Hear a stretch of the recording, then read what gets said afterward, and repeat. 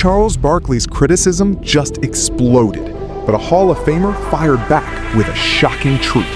LeBron isn't chasing rings. He's building his final championship weapon. The NBA better be ready.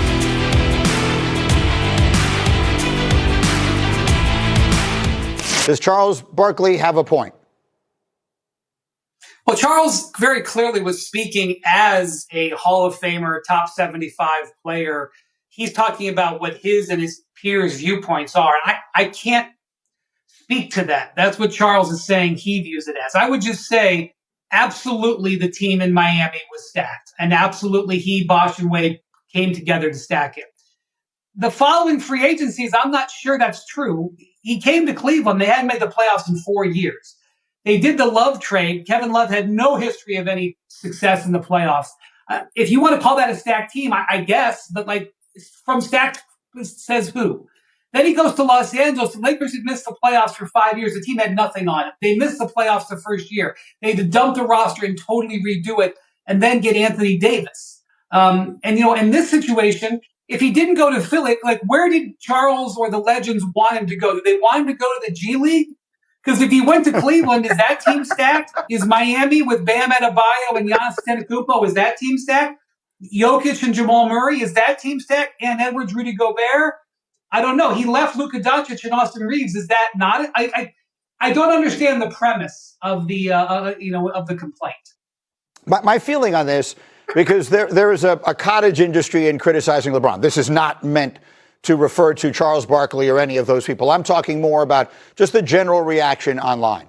I don't know. I've been doing this 30 years. The thing most people complain about is that the people just do things for money. They just do things for all these reasons. LeBron James took as little money as he could. Now, he's a billionaire. No one has to worry about it. But he didn't do this because he maximized the money he could get. He did it because he chose the place he has the best chance to win. I think that's what we want our athletes to want to do. He's telling you winning is the most important thing for me. I think that's what we as fans want the athletes to want first and foremost. So personally, look, I understand some people just have it in for him. They're going to criticize him no matter what he does. Fine. God bless you. But outside of that, I think this was a decision that is quite easy to support, regardless of which team you like. Go ahead. I don't buy it. People say, well, basketball's different. No, it's not. Basketball's like everything else. If, Patrick Mahomes doesn't have the tackle situation figured out, he gets his butt kicked in a Super Bowl against Tom Brady. Speaking of Brady, this move by LeBron feels like Brady to Tampa. This is not KD to the Warriors. I mean, the Sixers haven't won an Eastern Conference championship in like 25 years. I think only the Hornets and the Wizards have had longer droughts. This is not ring chasing. It's Tampa, Brady. Brady's like, okay, I've got a defensive head coach. We don't draft receivers well. I need wide receivers, a head coach with an offensive sensibility. Maybe I go to a little weaker division so I can get stack some wins, in my final couple years. So Brady wants to go somewhere where he can stack wins, right? Little easier lift. Well, LeBron, similarly, Brady needed wide receivers, right? He needed explosive players on the perimeter. They didn't have that in New England. He needed an offensive coach. Okay. Well, what does LeBron need? He doesn't need old James Harden. He doesn't need Donovan Mitchell, right? Guys that don't defend anymore. LeBron's smart, high IQ, EQ. He needs young, two-way players, athletic, twitchy, explosive. LeBron's now one of the slowest guys in the NBA. I think he and Harden were the two slowest guys. So if you put Harden and LeBron together, you're going to get cooked on the defensive end. So now you go to BJ Edgecombe, Tyrese Maxey, Jaylen Brown. A lot of speed, youth, athleticism, guys that are willing to go play both ways. Edgecombe's going to be a great defender. He's really, really incredible effort guy. Now, were there issues in Tampa? They had to figure out their offensive line. They drafted Tristan Wirfs. They were a mess kind of at right tackle. They brought in Gronk. They had good tight ends, but he needed his safety blanket. Tampa, like the Sixers, had a previous championship. And they had pieces, but they really needed a leader. And that's what LeBron's going to be for them. In the huddle, on the floor, he's going to be a leader, the distribution guy. Get the ball to the right spot. it's not about LeBron scoring or making money. Basically, this contract, $8 million a year after taxes, he gets half of it. I mean, but his private jet flights home to see his family, he's not going to make any money, for LeBron's standard of travel and doing things. And $8 million for LeBron is nothing, right? For the rest of it's a lot. For the rest of us, it's enormous, but for LeBron, it's not.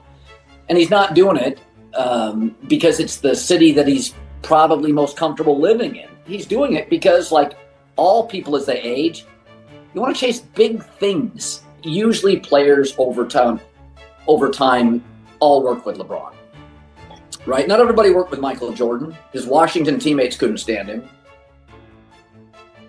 Early Bulls teammates, pre-titles, not all of them love Michael. Even when you watch the documentary, even his teammates, he punched Steve Kerr, Will Perdue, called him out. Will Perdue. So, the other thing about LeBron is that he just makes everything better in basketball. Like, every place he's gone, he's won a title, right? Like, Michael Jordan didn't fit necessarily with every player. Like, Michael needed the ball. Michael was taking the shot. LeBron's got criticism early in his career because sometimes he wouldn't take the shot. He would make the right basketball move. Left tackle was fine. And it's like, okay, this works for me at my age. What do I need? I need people to do the lifting downfield. Mike Evans, Chris Godwin, Gronk. I need that. He didn't have that at the end in New England. LeBron knows at this point, I'm a slower player. I need youth and explosion. I need dynamic, athletic, young talent around me to hide some of my issues. That's just called intelligence. That's just smart. So as we all age, we don't have quite the energy. If you're an athlete, not the foot speed. That's just the reality of aging and putting parts around. You know what you are. You know what you're not. You're not. And then, this is the one now. So let's say LeBron. I don't know if they'll win a champion. I think San Antonio, Oklahoma City, Philadelphia, Knicks. I think Celtics will still be good. And Denver will still be good. Minnesota will be really good. Can't wait to watch the LaMelo Ball dysfunction perhaps. I think Minnesota feels a little bit like Philadelphia East, where LaMelo and a lot of good pieces. I'm not sure if they work. Feel the same way about Philadelphia. But, I mean, you start looking at LeBron's legacy. Let's say he does win a title. He's the one thing. Michael Jordan was not as adaptable. A lot of teammates didn't like him, even when he was winning. LeBron's adaptable. He's a very joyful player. He's got Jordan beat in adaptability and longevity. Charles Barkley just opened the door to one of the biggest debates in basketball. Is LeBron James chasing another championship? Or is he building the final championship team of his legendary career? For years, critics have accused LeBron of creating shortcuts. They say Miami was a super team. They say Cleveland was stacked. They say Los Angeles became a championship destination because LeBron wanted control. But now, a Hall of Famer is pushing back with a different reality. LeBron James has never simply chased easy rings. He has chased opportunities. Because the biggest question nobody wants to answer is this. If LeBron leaves Los Angeles, where exactly was he supposed to go? A struggling team? A rebuilding franchise? Or should the greatest player of his generation stop trying to compete because people criticize his decisions? But when you look at LeBron's actual career moves, the ring-chasing argument starts to become much harder to defend. Yes, Miami was different. LeBron joined Dwayne Wade and Chris Bosh, creating one of the most powerful teams in NBA history. That criticism is fair. But after Miami, the story changes. When LeBron returned to Cleveland, the Cavaliers had missed the playoffs for 4 straight seasons. Kevin Love was a talented player, but he had never been a proven playoff winner. That team was not a finished dynasty. It needed LeBron to become one. Then came Los Angeles. The Lakers had missed the playoffs for 5 consecutive years before LeBron arrived. His first season ended without postseason basketball. Only after the Lakers rebuilt and acquired Anthony Davis did they become a championship contender. So the question is simple. Was LeBron really searching for easy victories? Or was he repeatedly entering difficult situations and trying to create greatness? And that is why Philadelphia might not be a shortcut at all. It might actually be LeBron's biggest challenge yet. The biggest mistake people make is comparing LeBron's move to Kevin Durant joining Golden State. Philadelphia is not Golden State. The 76ers are not an unstoppable machine. They have not reached the Eastern Conference Finals in roughly 25 years. This move feels much closer to Tom Brady joining Tampa Bay. Brady didn't join Tampa because everything was perfect. He joined because he saw potential. He needed weapons. He needed protection. He needed the right environment for the final chapter of his career. LeBron is looking for the same thing. Not aging stars. Not players who cannot defend. He needs speed, youth, athleticism, two-way players. Because LeBron is still elite, but he is not the same explosive player he was 10 years ago. The smartest legends don't fight aging. They adapt. And this is exactly why the 76ers experiment could become one of the most fascinating stories in NBA history. LeBron James is not choosing Philadelphia because it is easy. Financially, his decision proves that. His contract is around $8 million per year, an amount that changes everything for most athletes, but not for a billionaire superstar. This was never about money. This was about winning. LeBron understands something many legends never accept. You cannot beat Father Time by pretending you are still 25. You beat it by changing your game. Earlier in his career, critics attacked LeBron for passing instead of forcing shots. But that weakness became his greatest weapon. His ability to create. His ability to elevate teammates. His ability to understand the game.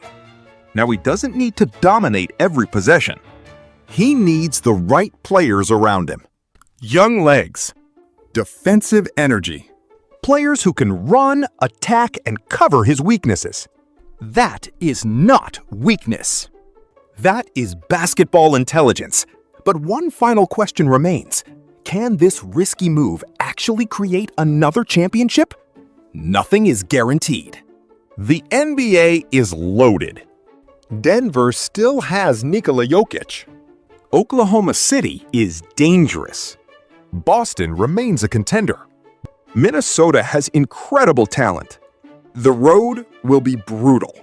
But if LeBron James wins another championship in Philadelphia, the conversation changes forever. Because maybe LeBron's greatest achievement is not just the championships. Maybe it is his ability to evolve. Miami, Cleveland, Los Angeles, Philadelphia. Different teams, different challenges, same mission. LeBron James has spent his entire career proving one thing. Great players don't survive by staying the same. They survive by adapting. And now, at the final stage of his career, he is making one more gamble. Not chasing an easy ring.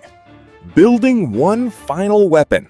Charles Barkley says LeBron is chasing championships. But maybe the truth is more dangerous. LeBron is trying to build the last championship machine of his career. Yo, mic check 1 to 2, -1, -2. Game over for this video, folks.